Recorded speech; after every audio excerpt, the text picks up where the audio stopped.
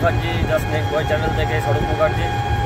তো যাচ্ছি এখন রানাঘাট চাবি গেটের কাছে কোনো একটা জায়গায়, গাছের ওপরে কোনো একটি সাপ অনেকক্ষণ থেকে উঠে বসে রয়েছে। তারা বলছেন যে কিছু হয়তো খেয়েছে, এখন গিয়ে দেখবো সাপটি কী সাপ। তো আপনারা সঙ্গে থাকুন, দেখতে থাকুন সাপটি কী সাপ রেস্কিউ হয় এবং সেটিকে আবার রিলিজও করে দেবো যথাসম্ভব নেচারে। তো আপনারা সঙ্গে থাকুন, দেখা যাক সাপটি কী সাপ এবং কী কন্ডিশনে আছে, সাপটি সুস্থ আছে না অন্য কোনো রকম সমস্যা আছে, লোকজনের মাঝখানে পড়ে বা কোনো রকম কোনো ডিস্টার্ব হয়েছে কিনা।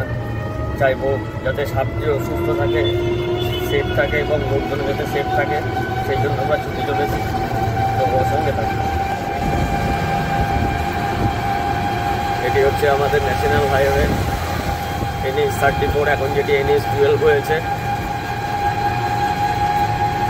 আমাদের গাড়ি ছুটে চলেছে। আমি আর আমার পার্টনার রেস্কিউয়ের উদ্দেশ্যে দৌড়েছি। বহুদিন পর আমি নিজের একটু শারীরিক অসুস্থতার কারণে বহুদিন রেস্কিউ অ্যাটেন্ড করতে পারিনি। স্টিল এখনও আমার শরীর খুব যে ভালোটা নয়, কিন্তু আগের থেকে একটু বেটার ফিল করছি, যার জন্য আজকে রেস্কিউটি অ্যাটেন্ড করতে বাধ্য হলাম। এতদিনে প্রচুর রেস্কিউ ছিল, সেগুলি হাতছাড়া করতে হয়েছে নিজের শরীরটাকে ঠিক রাখতে। আগে নিজের শরীর সেফটি, তারপরে সব কিছু। তাহলে আমি সেফ না থাকলে আমি লোককে সেভ করবো কী করে বা সাপকে সেভ করবো কী করে? সেই জন্য বাধ্যতামূলক এতদিন অনেক রেস্কিউ অ্যাটেন্ড করতে পারিনি। আজকে একটু বেটার ফিল করাতে আবার নতুন রেস্কিউ স্টার্ট করলাম। আরে বাবা, আস্তে আস্তে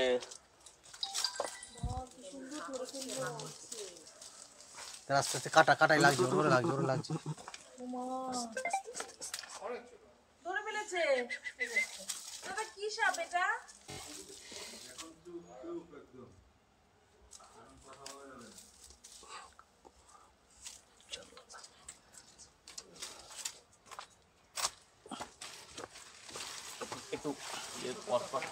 একটু পজ দে, স্টপ দে, ব্যাগটা বের করি। তো এইমাত্র রানাঘাট থেকে একটি সাপ রেস্কিউ হলো, জলঢোড়া।